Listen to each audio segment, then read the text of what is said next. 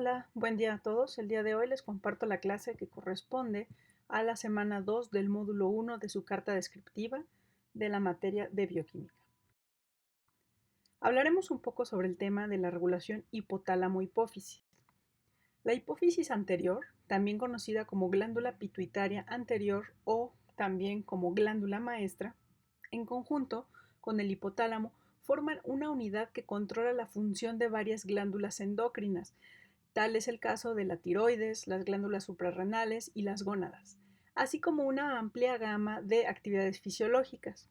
Las acciones y algunas interacciones de los sistemas endocrino y nervioso o interacciones cerebro-endocrinas por las cuales el sistema nervioso regula el sistema endocrino y la actividad endocrina modula la actividad del sistema nervioso central.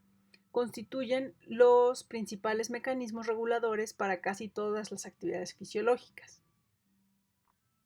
Las células nerviosas y células endocrinas participan entonces en la comunicación entre célula y célula. Comparten ciertos rasgos característicos como la secreción de mensajeros químicos, ya sean neurotransmisores u hormonas, y actividad eléctrica. Es decir, un mensajero químico único, ya sea un péptido o una amina, puede ser secretado por neuronas como un neurotransmisor u hormona neural y por células endocrinas como una célula clásica. Tienen esa capacidad dual. En el cuadro que vemos en pantalla podemos ver algunos mensajeros endocrinos, neuroendocrinos. Son sustancias que funcionan como neurotransmisores, que pueden funcionar como hormonas neurales y como hormonas clásicas, dependiendo del caso. Las células pueden comunicarse entre sí mediante 4 mecanismos. Estos mecanismos son mecanismos de transducción de señales, ya sea el primero por comunicación autócrina. ¿Qué quiere decir? Que por medio de mensajeros que se difunden en el líquido intersticial, actuarán estos sobre las células que los secretan sobre sí mismos. El segundo mecanismo es la comunicación neural mediante uniones sinápticas. El tercer mecanismo es la comunicación parácrina por medio de mensajeros que se difunden en el líquido intersticial hacia las células blanco adyacentes sin entrar al torrente sanguíneo. Y en el último caso, que es la comunicación endocrina, que es mediante hormonas circulantes hasta llegar a su célula blanco. En esta diapositiva hablaremos un poco de las relaciones anatómicas y el riego sanguíneo de la glándula hipófisis. Esta glándula está ubicada en la base del cráneo en una porción del hueso esfenoides llamado la silla turca. El tamaño de la hipófisis, de la cual hay que resaltar que el lóbulo anterior constituye 2/3 partes de su tamaño y va a variar considerablemente. Mide alrededor de 15 por 10 por 6 milímetros y pesa entre 500 y 900 miligramos. Su tamaño puede duplicarse durante el embarazo. La parte anterior de la hipófisis es la más ricamente vascularizada de todos los tejidos de mamífero. El riego arterial es proporcionado por las arterias carótidas interna mediante las arterias hipofisiarias superior, media e inferior. Las arterias hipofisiarias superiores forman una red capilar en la parte media del hipotálamo que se recombina en venas portas largas que drenan en dirección descendente por el tallo hipofisiario hacia el lóbulo anterior, donde se dividen hacia otra red capilar y vuelven a formar conductos venosos. El drenaje venoso de la hipófisis o riego sanguíneo, que es la ruta mediante la cual las hormonas de la parte anterior de la hipófisis llegan a la circulación sistémica, va a ser variable, pero los conductos venosos finalmente pueden drenar mediante el seno cavernoso en posición posterior hacia los senos petrosos, superior e inferior hasta el bulbo y la vena yugular. Esto último no se muestra en la imagen. Las células de la parte anterior de la hipófisis se pueden clasificar gracias a algunas técnicas de inmunocitoquímica y de microscopía electrónica, que las permiten clasificar con base en sus productos secretores específicos, es decir, se clasifican en células somatotropas, células lactótropas, células tirótropas, células corticótropas y células gonadótropas. Las células somatótropas, estas primeras, son células que secretan la hormona del crecimiento, GH. Las células lactótropas son células secretoras de prolactina. Las tirótropas, células que secretan la hormona estimulante de la tiroides, TSH o tirotropina. Las células corticótropas son células secretoras de ACTH, corticotropina. Y las células gonadótropas son células secretoras de la hormona luteinizante y la hormona folículo estimulante, LH y FSH.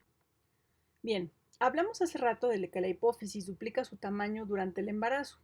Una vez viendo el tipo de células que producen las hormonas, ¿les da una idea de la respuesta a esta pregunta? ¿Por qué la hipófisis duplica su tamaño durante el embarazo? Por favor, tomen nota para poder discutirlo en la sesión de dudas. Bien, entonces, de acuerdo con la diapositiva anterior, las principales hormonas que produce la hipófisis anterior son 6 hormonas: la prolactina, la hormona de crecimiento, la hormona adrenocorticotrópica, la hormona luteinizante y la hormona folículo estimulante y la hormona estimulante de la tiroides. Las hormonas hipofisiarias se secretan de manera pulsátil, por pulsos o por ciertos momentos, lo que refleja la regulación de una serie de factores específicos de liberación hipotalámica. Cada una de estas hormonas de la hipófisis van a provocar una respuesta específica en los tejidos periféricos diana. Los productos hormonales de estas glándulas periféricas, a su vez, ejercen un control de retroalimentación a nivel del hipotálamo y la hipófisis para modular la función hipofisiaria, como podemos ver en la imagen de la izquierda. Las hormonas hipotalámicas, que regulan la secreción de las hormonas que mencionamos anteriormente, van a incluir, por ejemplo, la hormona liberadora de hormona de crecimiento, GHRH, la somatostatina, dopamina, hormona liberadora de tirotropina, TRH, hormona liberadora de corticotropina, CRH, y hormona liberadora de gonadotropina, GNRH. Casi todas las hormonas de la parte anterior de la hipófisis están controladas por hormonas estimulantes.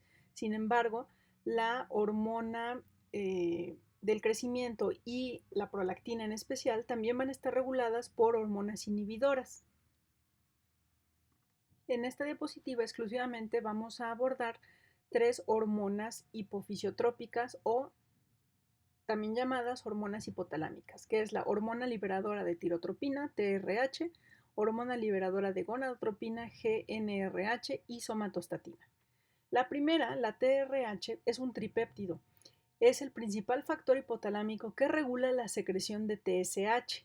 La vida media de la TRH es de aproximadamente 6 minutos. La secreción de las hormonas luteinizante y folículo estimulante va a estar controlada por una hormona hipotalámica estimulante única, que es la GNRH. Esta hormona es un decapéptido lineal que solo estimula la LH y FSH, por eso mencioné que es estimulante única de estas dos hormonas. No tiene efecto sobre otras hormonas hipofisiarias. Sin embargo, hay que resaltar que sí puede influir en algunos pacientes con acromegalia y enfermedad de Cushing. La GNRH tiene una vida media de 2 a 4 minutos. En el caso de la somatostatina, esta va a tener un papel inhibitorio, es decir, va a inhibir la secreción de la GH y la TSH, como vemos en las flechas rojas. La somatostatina también tiene importantes influencias inhibidoras sobre muchas otras hormonas, entre ellas la insulina, el glucagón, gastrina, la secretina. Este péptido hipotalámico inhibidor participa en la secreción fisiológica de TSH al aumentar el efecto inhibidor directo de la hormona tiroidea sobre las células tirotropas. La somatostatina tiene una vida media entre 2 y 3 minutos. En pantalla ahora vemos las otras 3 hormonas hipotalámicas. La primera es la hormona liberadora de hormona de crecimiento, GHRH. Esta va a estimular la secreción de la GH por células somatótropas. Las hormonas del hipotálamo se secretan de manera episódica y no se secretan de un modo continuo. La vida media de esta hormona es de alrededor 3 a 7 minutos. Por otro lado, la dopamina es la hormona inhibidora de prolactina primaria, se encuentra en la circulación portal y se une a receptores de dopamina sobre células lactótropas. Tiene una vida media breve entre 1 a 2 minutos. Por último, la hormona liberadora de corticotropina, CRH, es un péptido de 41 aminoácidos y va a estimular la secreción de la hormona adrenocorticotrópica, ACTH, y otros productos de su molécula precursora, que es la POMC. Más adelante lo vamos a ver con calma. Tales como la hormona estimulante de melanocitos alfa, la beta-lipotropina, las endorfinas. Entonces, tanto la hormona antidiureica ADH como la angiotensina 2 van a potenciar la secreción de ACTH mediante CRH. Por otro lado, la oxitocina también inhibe la secreción de ACTH mediada por CRH. Es importante mencionar que la hormona liberadora de corticotropina, CRH, también se secreta a partir de la placenta humana. La concentración de esta hormona va a aumentar significativamente al final del embarazo y durante el parto. Chicos, sé que parece trabalenguas un poco, pero traten de seguir las siglas CRH y mencionar y hacer sus anotaciones de que CRH va a ser la hormona liberadora de corticotropina, porque constantemente estaré mencionando solamente las siglas.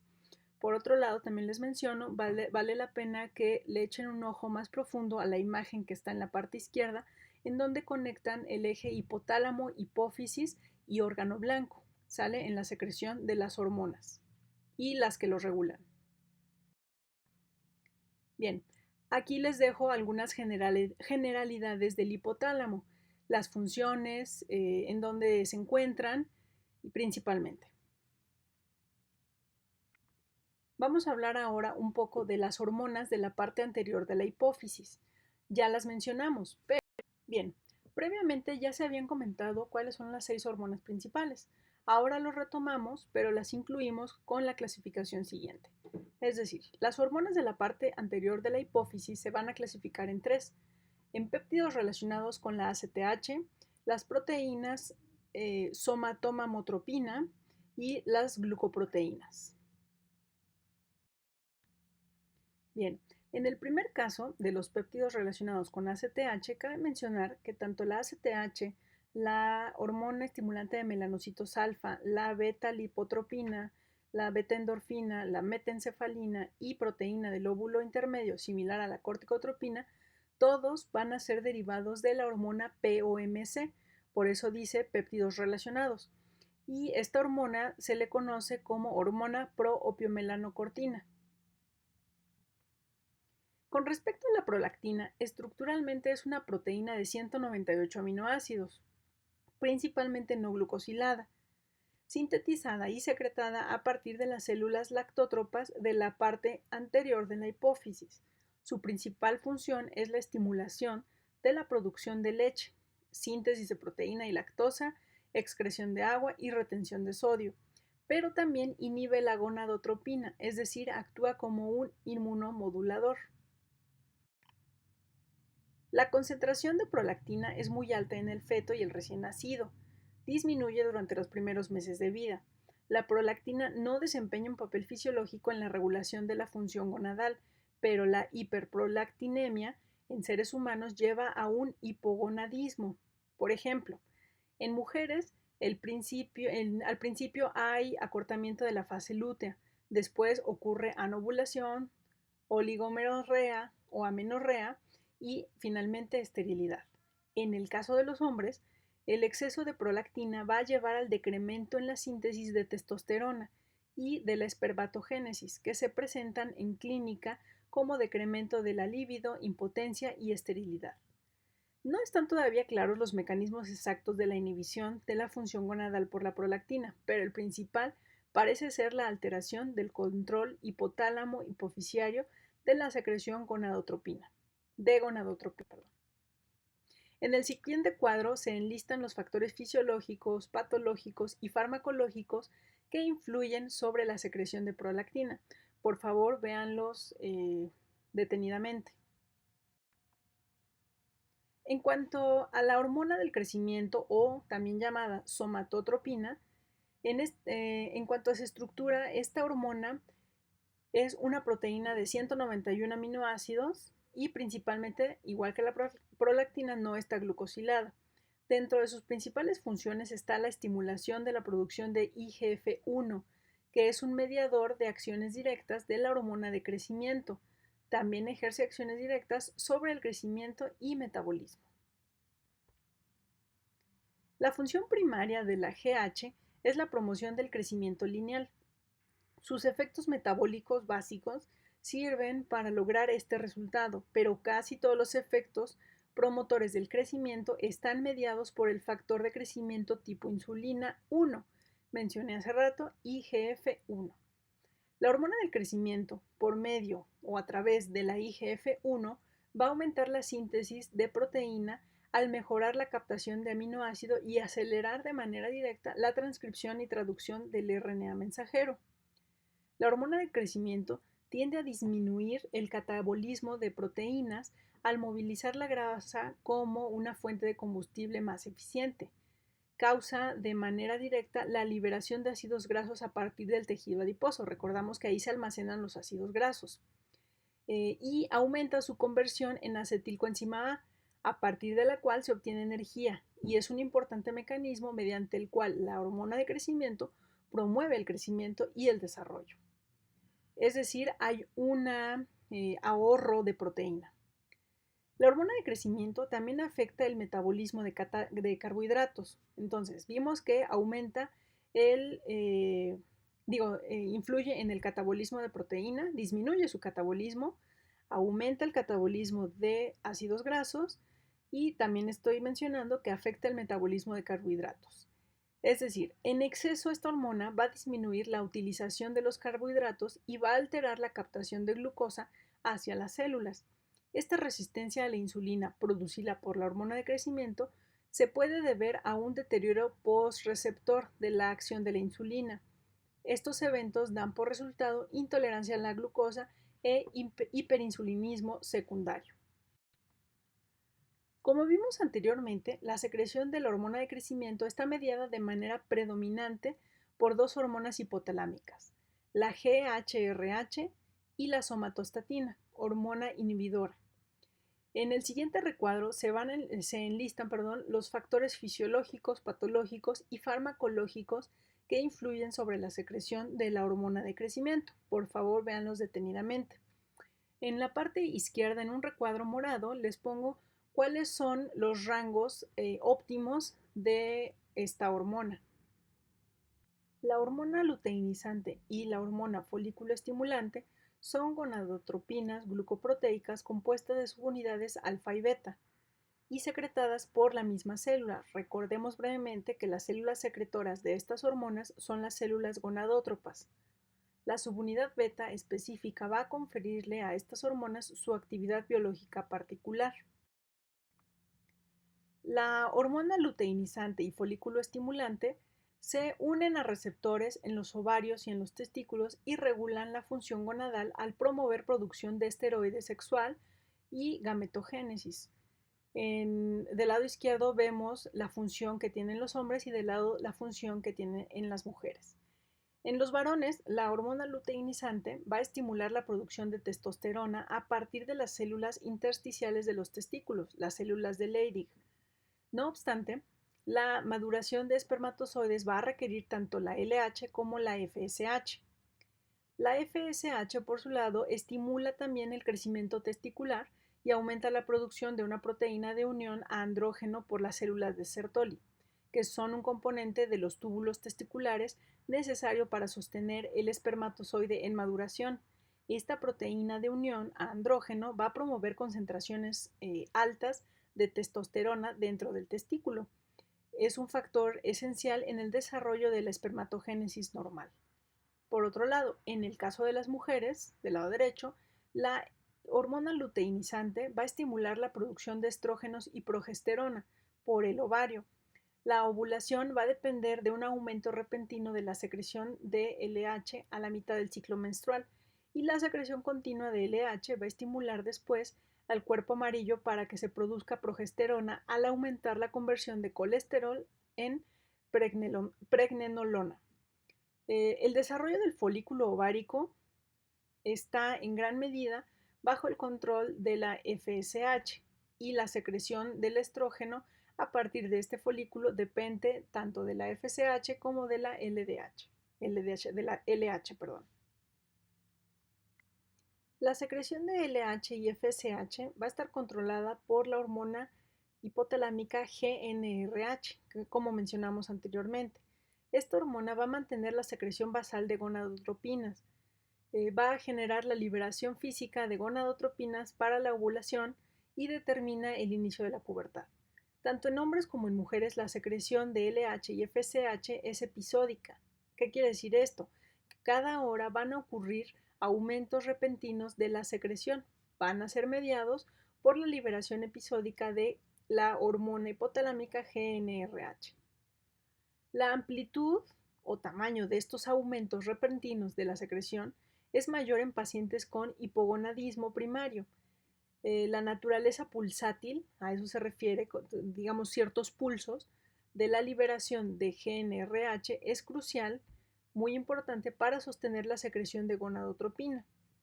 Los esteroides sexuales circulantes afectan la secreción de GnRH y así la de la hormona luteinizante y folículo estimulante mediante mecanismos de retroalimentación tanto positivos como negativos. Por ejemplo, los estrógenos proporcionan una influencia positiva sobre los efectos de la GnRH, sobre la secreción de LH y FSH.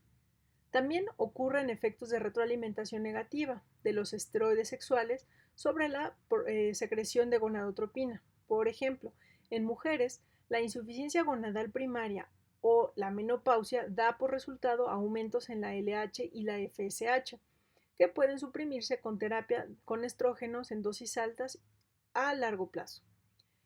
La inhibina, por otro lado, es un polipéptido secretado por las células de Sertoli de los túbulos seminíferos, es el principal factor que inhibe la secreción de FSH mediante retroalimentación negativa.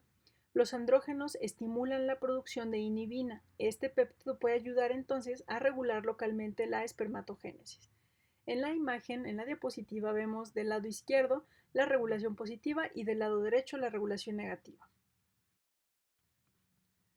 La hormona estimulante de la tiroides, TSH, es una glucoproteína compuesta de dos subunidades, alfa y beta, enlazadas de manera no covalente. La subunidad beta de la TSH se fija a receptores de alta afinidad en la tiroides, lo que va a estimular la captación de yodo, la hormonogénesis y la liberación de T4 y T3 también. Esto va a ocurrir mediante activación de la adenililciclasa y la generación de AMP cíclico. La secreción de TSH o de hormona estimulante de la tiroides también causa un aumento del tamaño y la vascularidad de la glándula al promover la síntesis de RNA mensajero y de proteína. Dejo en la parte inferior o en el recuadro verde el rango óptimo para la hormona estimulante de la tiroides en adultos en ayunas. La secreción de TSH está controlada por influencias tanto estimuladoras, como es la TRH que mencionamos anteriormente, como inhibidoras en el caso de la somatostatina, provenientes del hipotálamo, y es modulada también por la inhibición por retroalimentación de la hormona tiroidea sobre el eje hipotálamo-hipófisis. La respuesta de la TSH a la TRH está modulada por la concentración circulante de hormonas tiroideas. Por ejemplo, un análogo de la somatostatina se usa con éxito para inhibir la secreción de TSH en pacientes con tumores hipofisiarios secretores de TSH. Además de estas influencias hipotalámicas sobre la secreción de TSH, algunos factores mediados neuralmente pueden tener importancia, como el caso de la dopamina, que inhibe de manera fisiológica la secreción de TSH. Bueno chicos, muchas gracias. Espero que haya sido de utilidad. Traté de resumirlo lo mejor posible. De todas maneras, nos vemos en la sesión de dudas. Recuerden que esta sesión se va a basar en los comentarios que emitan o dudas en la liga de Edmodo en donde publiqué el video. Gracias chicos.